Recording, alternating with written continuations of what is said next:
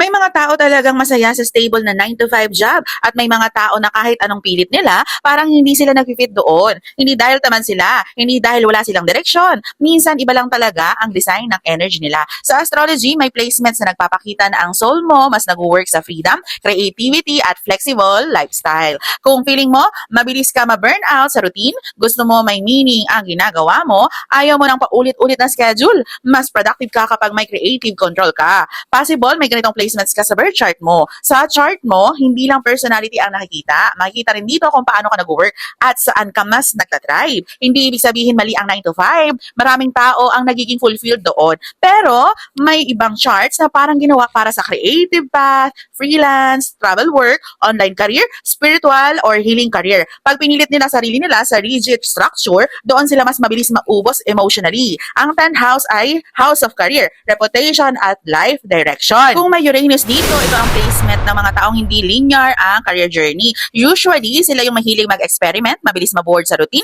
gusto may freedom sa trabaho, may unique or unconventional career path. Ang Uranus kasi ay planet ng innovation at pagbabago.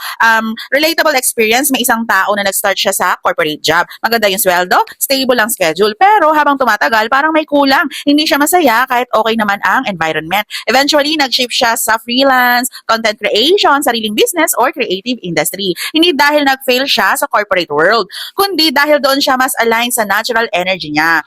Ang Uranus in 10th house people, madalas pakiramdam nila parang, bakit hindi ako mapirmi? Pero, the truth is, hindi sila ginawa para sa ordinary path. Madalas, sila yung nagsaset ng bagong paraan ng success. Kapag malakas ang Sagittarius energy o maraming placement sa 9th house, ito yung charts ng explorers, hindi lang physical travel, pati intellectual at spiritual exploration. Ang traits nila ayaw makulong sa isang routine. Gusto may learning at growth. Mas nag-work kapag flexible ang environment. Mahilig mag-try ng iba't ibang experience. Relatable experience, may mga taong kapag naka-office setup, nainip sila. Pero kapag remote work, travel-related work, teaching, online coaching, cultural or tourism work, biglang nagiging alive sila. Sagittarius energy teaches, minsan, ang career mo hindi lang para kumita, minsan para ma-expand ang perspective mo sa buhay. Kapag strong ang Neptune sa career area ng chart, ito yung energy ng creatives, artists, healers, spiritual workers, intuitive professionals.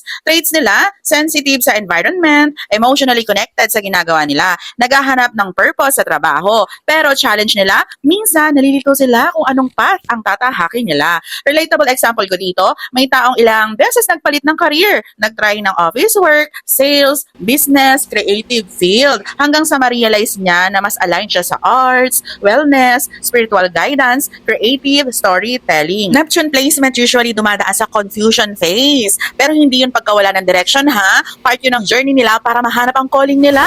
Ang Midheaven ay destiny career path mo. Kapag ang Aquarius Midheaven, ito yung placement ng innovators. Ang traits nila hindi traditional ang success path. Mahilig sa technology or online platforms. Gustong gumawa ng sariling system, madalas ahead of their time ang ideas. Relatable example ko dito, sila yung hindi comfortable sa traditional ladder system. Mas nagtatribe sila kapag digital creator, online entrepreneur, humanitarian projects, tech or modern industries. Aquarius MC people madalas na pagkakamalang paiba-iba. Pero ang totoo, visionary lang talaga sila. Kung nararamdaman mo na hindi ka fit sa typical 9 to 5 setup, hindi ibig sabihin may mali sa'yo. Posible lang na ang design ng energy mo ay para sa flexibility, para sa creativity, para sa unique path. Hindi lahat ng success pare-pareho ang itsura. May success na tahimik, creative, freedom-based, soul-aligned, at minsan, ang pinakamahirap na part ng journey ay ang tanggapin na iba ang landas mo.